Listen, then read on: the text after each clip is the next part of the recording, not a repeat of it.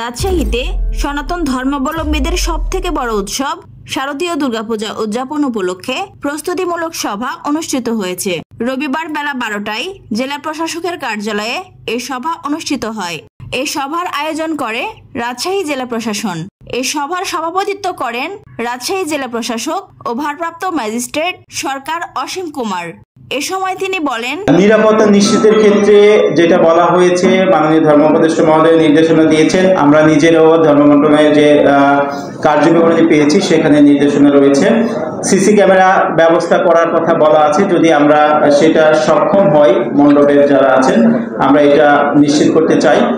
পুরুষ এবং মহিলাদের প্রবেশের জন্য আলাদা একটা এন্ট্রি পথ রাখা, এন্ট্রি এক্সিট পয়েন্ট রাখা।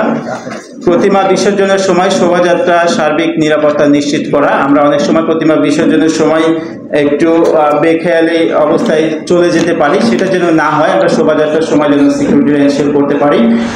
এবং আজান এবং নামাজের যে সময়টা আছে সেই সময়টাতে আমাদের যে বাদ্যযন্ত্র যেটা হয়, বাজানো হয়, সেই বিষয়টা যেন থাকে আর কি, সীমিত রাখা হয়।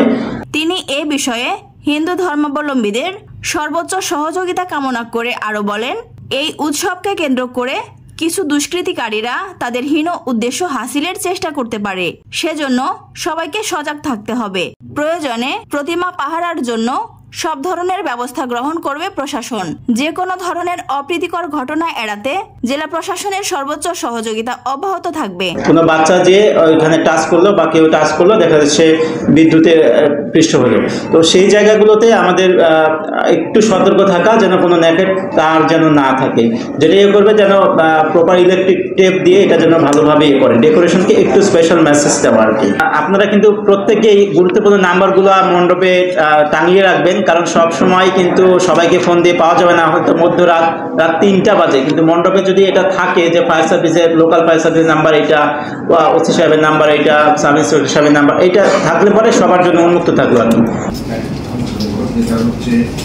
এ বিষয়ে সংশ্লিষ্ট থানার পুলিশ, আনসার সদস্য, ফায়ার সার্ভিস কর্মী, র্যাব এবং আর্মি সহ জরুরি সেবার ফোন নম্বরগুলো পূজা মণ্ডপগুলোতে টাঙিয়ে রাখার আহ্বানও জানান জেলা প্রশাসক ও ভারপ্রাপ্ত ম্যাজিস্ট্রেট সরকার অসীম কুমার। এ সময় জেলার বিভিন্ন থানার পূজা উদযাপন কমিটির সদস্য সহ পুলিশ, র্যাব ও আর্মি সহ গণ্যমান্য ব্যক্তিরা উপস্থিত ছিলেন। রোজিনা সুলতানা রোজি, আরবিসি নিউজ, রাজশাহী।